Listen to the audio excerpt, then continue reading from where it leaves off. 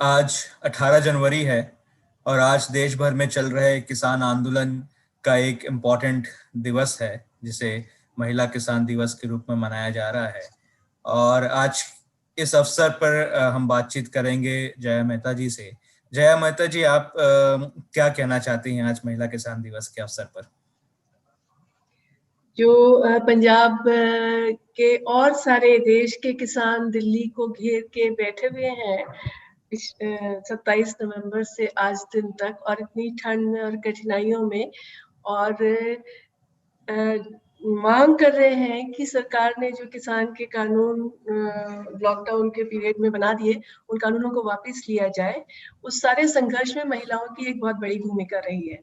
और इतनी सारी महिलाएं इतने लंबे समय पे इतनी कठिन परिस्थिति में यदि वहां पे बैठ के अपनी मांगों के लिए, अपने अधिकारों के लिए लड़ाई कर रही हैं, तो सबसे पहले तो हम उन्हें अपना सलाम देते हैं। और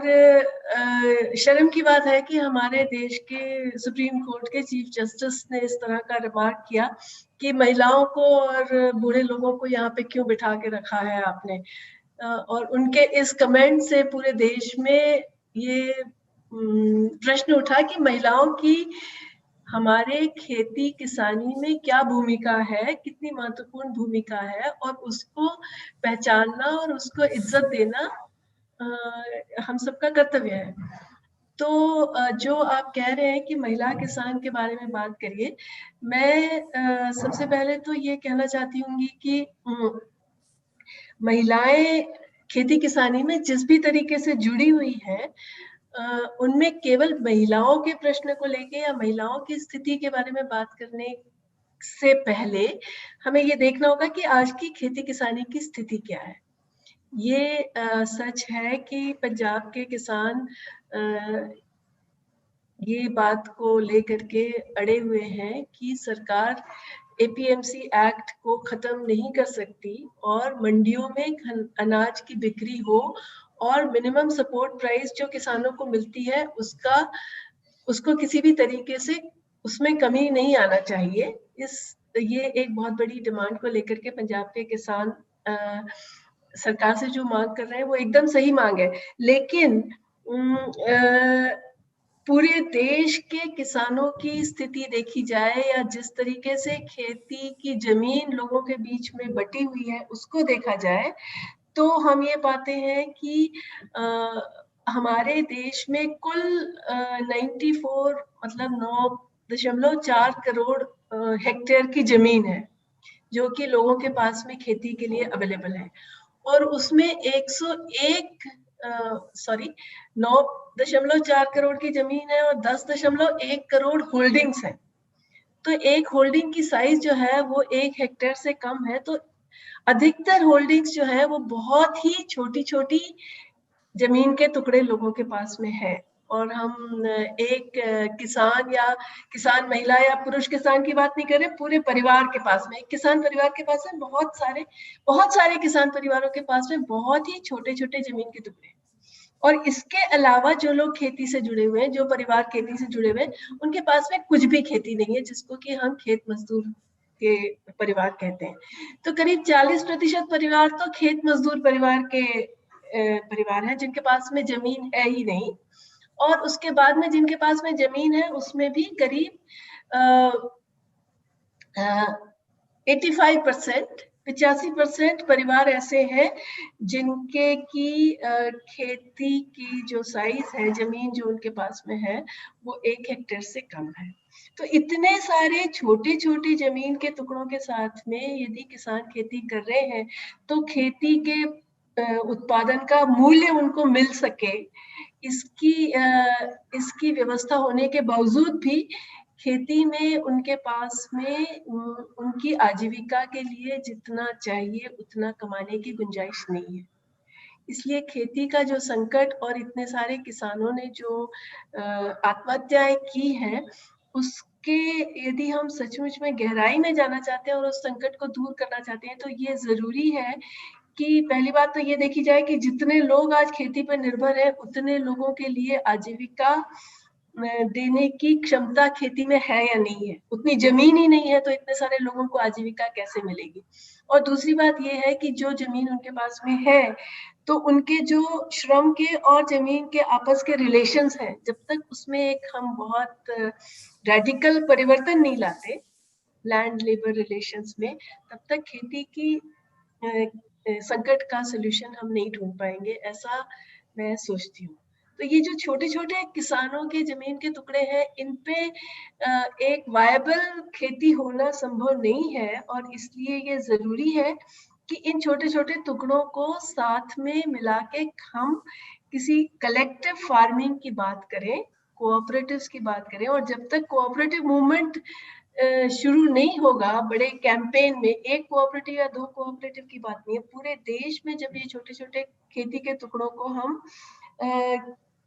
एक साथ कलेक्टिव खेती के संबंध में बांध सकेंगे, तभी जाकर के कृषि के संकट का हमें एक सोल्यूशन मिलेगा, ऐसा मेरा बहुत ही पक्का मानना है। और मैं सोचती हूँ कि आज के लैंड लेबर रिलेशंस में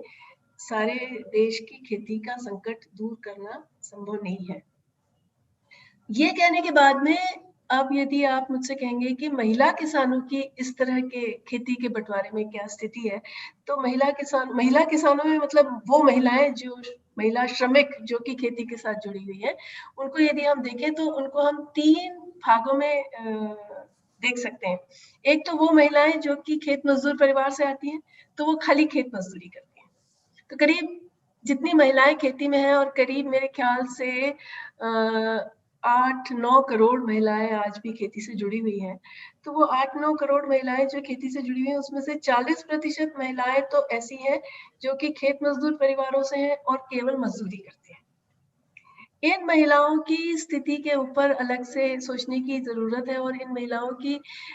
सबसे मतलब एक तो ये है कि पुरुष की अपेक्षा इनकी हर प्रांत में इनकी जो मजदूरी है वो पुरुष की अपेक्षा कम है। तो ये महिलाओं की एक बहुत बड़ी मांग है कि हमें समान काम के लिए समान मजदूरी दी जाए, जो कि नहीं मिल रही है।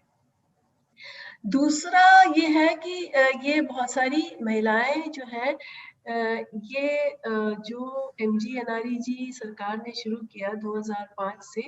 उसमें बहुत बड़ी मात्रा में जुड़ी हुई है। और हम सब जानते हैं कि MGNREG में पहली बात तो वेजेस बहुत कम है, और 100 दिन का जो एम्प्लॉयमेंट सरकार ने घोषित किया है वो 100 दिन का एम्प्लॉयमेंट मिलता नहीं है। और जिनको जो थोड़ा बहुत एम्प्लॉयमेंट मिलता है, ऐसी बहुत सारी केसेस हैं कि लोग बाग MGNREG में काम कर रहे हैं, उनको समय पे पेमेंट नहीं मिल रहा। और आजकल जो बहुत सारे प्रांतों में है कि आपका MGNREG का पेमेंट बैंक के साथ में लिंक कर दिया, तो आपका बैंक अकाउंट है वहीं पे पेमेंट जाएगा, फिर उसमें आपका आधार कार्ड का नंबर जुड़ना चाहिए और जो जॉब कार्ड है उसका नंबर जुड़ना चाहिए। इस चक्कर में लाखों रुपए जो है MGNREG वर्कर्स के, वो MGNREG वर्कर्स के पास नहीं पहुंचे। और महिलाएं जो MGNREG में काम कर रही है, उसका एक तस्वीर मैं आपको दिखाना चाहती हूँ, जो कि मैं सोचती हूँ कि बहुत ये तमिलनाडु के एक गांव का दृश्य है, जहाँ पे कि सारे के सारे जो पुरुष हैं और यंग लोग हैं वो गांव छोड़ के चले गए, क्योंकि गांव की खेती में बहुत सालों से अकाल है, जमीन पूरी सूख गई है, और ये ना तो वहां मजदूरी मिलती है और ना वो खेती से कुछ कमा सकते हैं। तो उस गांव में केवल बूढ़े लोग रह गए, और ये सारी बूढ़ी महिलाएं जो है ये MGNREG में काम करती है। मैं आपको फोटो इसलिए दिखाना चाहती हूँ कि ये बूढ़ी है, इनके बाल सफेद है, लेकिन आप इनका चेहरा देखिए, इनके चेहरे में बहुत सारी ताकत है, जो कि अपनी आजीविका के हक के लिए लड़ने की सिंबल है। लड़ने का इनके चेहरे के ऊपर जो भावनाएं हैं वो दिखती है कि वो, चाहे उनकी कितनी भी उम्र है और चाहे वो महिला है और अकेली है गांव में, लेकिन अपनी आजीविका के लिए लड़ाई करने की ताकत उनके अंदर है। तो मैं ये बता रही थी कि महिलाएं जो खेत मजदूर हैं, उनको खेत मजदूरी में मजदूरी नहीं मिलती, और खेत मजदूरी में मजदूरी नहीं मिलती, और MGNREG में जो काम मिलता है उस काम की मजदूरी अपने आप में बहुत कम है, और बहुत सारी महिलाएं इस तरीके से जुड़ी हुई हैं जिनको कि जो कुछ मिलता है उनकी मेहनत के बदले में, वो उनके 2 वक्त की रोटी के लिए या उनके परिवार को पालने के लिए संभव नहीं है। दूसरा जो भाग है महिलाओं का, वो उन परिवारों से संबंधित है जो कि किसान परिवार है, जिनके पास में जमीन के टुकड़े हैं। तो जैसा मैंने आपको बताया कि बहुत सारे जो किसान परिवार हैं उनके जमीन के टुकड़े अपने आप में बहुत छोटे-छोटे, और वो छोटे-छोटे जमीन के टुकड़ों में जो महिलाएं काम करती हैं खेती में, 75% महिलाएं ये कल्टीवेटर हाउस होल्ड्स की ऐसी हैं जो कि अनपेड फैमिली लेबर की कैटेगरी में आती है। मतलब वो अपने परिवार की खेती में काम तो करती हैं, लेकिन उनके काम का कोई अकाउंटिंग नहीं है, उनके काम का उनको कोई वो मजदूरी नहीं मिलती, और उस खेती में जो निर्णय लिए जाते हैं, क्या बोया जाए, कहाँ बेचा जाए, क्या किया जाए उस खेती का, उसके ऊपर उनका उन निर्णय लेने में उनका कोई अधिकार नहीं है। तो जितना भी हमारा पेट्रियार्की मौजूद है देश में और गांव में, उस पेट्रियार्की के चलते जो कल्टीवेटर हाउस होल्ड्स की महिलाएं हैं वो काम करती हैं, लेकिन उनके काम, वो खेती का काम करती हैं, पारिवारिक खेती का काम करती हैं, लेकिन उनके काम का मूल्यांकन कहीं भी नहीं है। और तीसरा एक बहुत छोटा हिस्सा है महिला किसानों का, जिनको कि अपनी जमीन पे अधिकार मिले हुए हैं, और उसमें 2 तरीके के लोग हैं। एक तो बहुत सारे फार्मर्स ने जो सुसाइड किए हैं, सुसाइड करने के बाद में उनकी जो विडोज हैं, उनको लीगल तरीके से जो पति के नाम पे जमीन थी वो मिलना चाहिए, और लीगल उन्हें जमीन मिली हुई है, लेकिन एक्चुअल उनका कंट्रोल उस जमीन पे नहीं है कई कारणों की वजह से, और बड़ी लंबी लड़ाइयां उन्हें लड़ना पड़ रही है। और दूसरा जो है वो है कि पति के मरने के बाद में यदि लीगल उनको पट्टा नहीं मिला है जमीन का, तो भी जमीन का टुकड़ा उनके पास है, तो एक्चुअल उनके पास कंट्रोल है, पोजीशन ऑफ लैंड है, और उस पे वो खेती करने का निर्णय और बाकी जितना भी काम है वो सब करती हैं। और दूसरा, इस कैटेगरी में वो भी औरतें हैं जिनके की हस्बैंड्स या परिवार के पुरुष माइग्रेट कर गए हैं, क्योंकि खेती इतनी वायबल नहीं थी, इसलिए गांव छोड़ छोड़ के बाहर चले गए हैं। तो वो सारी महिलाएं भी, उनको जमीन के उस टुकड़े पे ये अधिकार मिला है कि वो महिला किसान कहला सके। तो ये 3 कैटेगरीज में जो महिलाएं हैं खेती के अंदर, इनके अलग अलग अपने तरीके के प्रॉब्लम्स हैं। जो महिलाएं जिनके पास में खेती है, उन महिलाओं की कहानियां यदि लंबी लंबी आप सुनेंगे तो वो कितना लड़ाई करना पड़ती है पट्टे के लिए, और यदि पट्टा नहीं है और जमीन का टुकड़ा उनके पास है तो फिर ना तो उसे उनके ऊपर लोन मिल सकता है, और बाकी जो पुरुष किसान आजू बाजू हैं वो उन्हें हर तरह से हटाना चाहते हैं कि वो छोड़ के चली जाए, और वो किसान, वो जमीन उनको मिल जाए या उनके परिवार वालों को, पुरुषों को मिल जाए। तो इस तरह के बहुत ही कठिन परिस्थितियों में जो महिलाएं काम करती हैं, उनकी स्थिति जो पूरे खेती के संकट है, उस संकट में और ज्यादा गहरा संकट महिला किसानों के लिए है, तीनों श्रेणी में, चाहे वो खेत मजदूर हो, चाहे वो फैमिली की अनपेड लेबरर्स हो, चाहे वो एक्चुअल फार्मर्स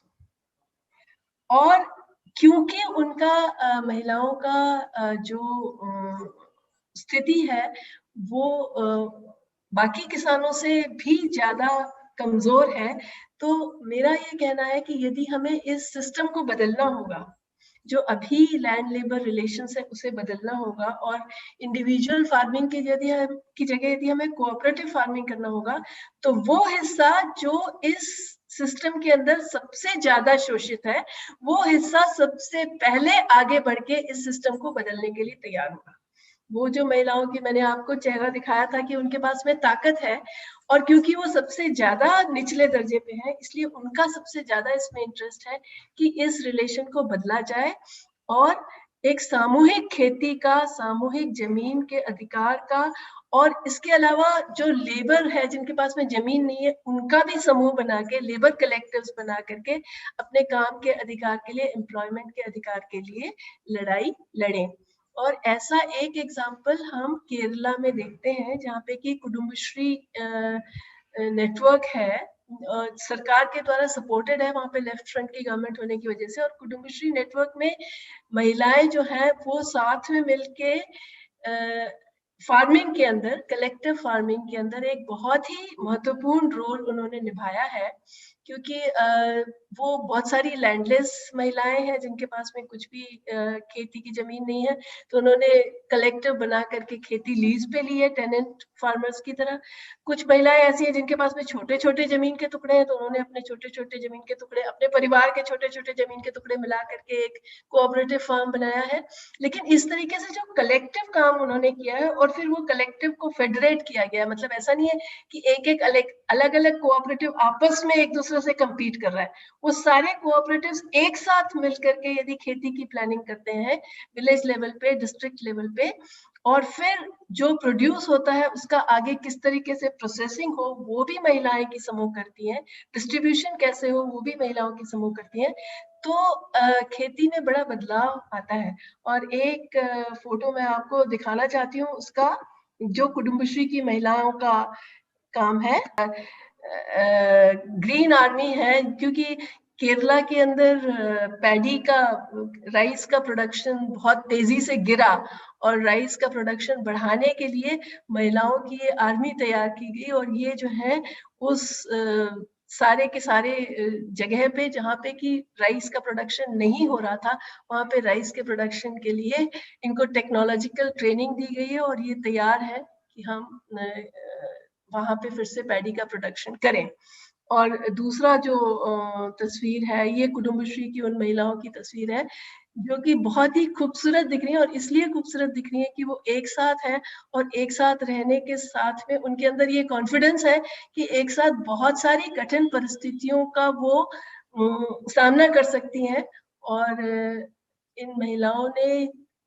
केरला की खेती में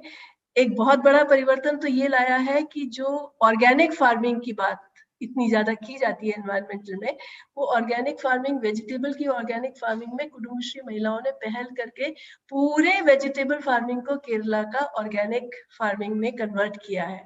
पैडी का, जैसे मैंने आपको बताया कि राइस का प्रोडक्शन कम हुआ है, तो राइस का प्रोडक्शन आगे बढ़ाने की कोशिश की है। तो महिलाओं के कलेक्टिव्स यदि बनते हैं और उनके अंदर यदि कॉन्फिडेंस आता है,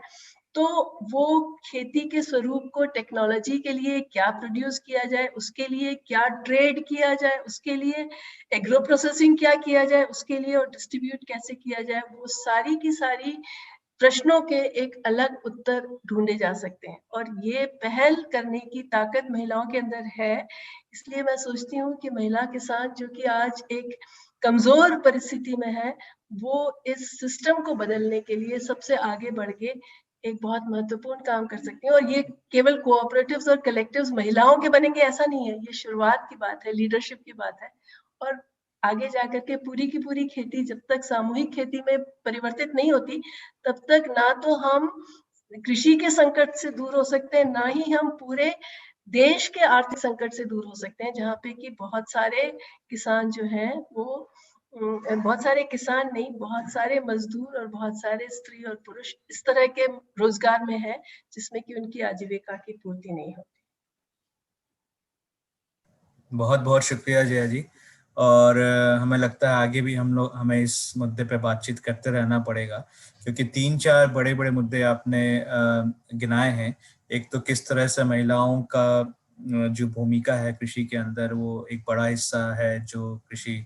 खेतीहर मजदूर हैं, और जो खेती में सीधे काम कर रही हैं वो भी अनपेड लेबर हैं और उनका डिसीजन मेकिंग में कोई योगदान नहीं है। और जो थोड़ा सा अंश है जिनके पास खेती के ऊपर कंट्रोल भी है, उनकी स्थिति भी बहुत गंभीर है। और महिला किसानों के अंदर एक इतना बड़ा पोटेंशियल है कि वो एक, जब हम कोऑपरेटिव्स की बात करते हैं, कलेक्टिव फार्मिंग्स की बात करते हैं, तो वो स्वतः ही उनके काम करने के तरीके में वो झलकता है। तो इन आशाओं के साथ आज इस महिला किसान दिवस के लिए हम तमाम महिला श्रमिकों को और खेती में और खेती के बाहर जहाँ भी महिलाएं इन्वॉल्व हैं सबको सलाम करते हैं, और इस बातचीत को हम लोग आगे भी जारी रखेंगे। बहुत बहुत शुक्रिया।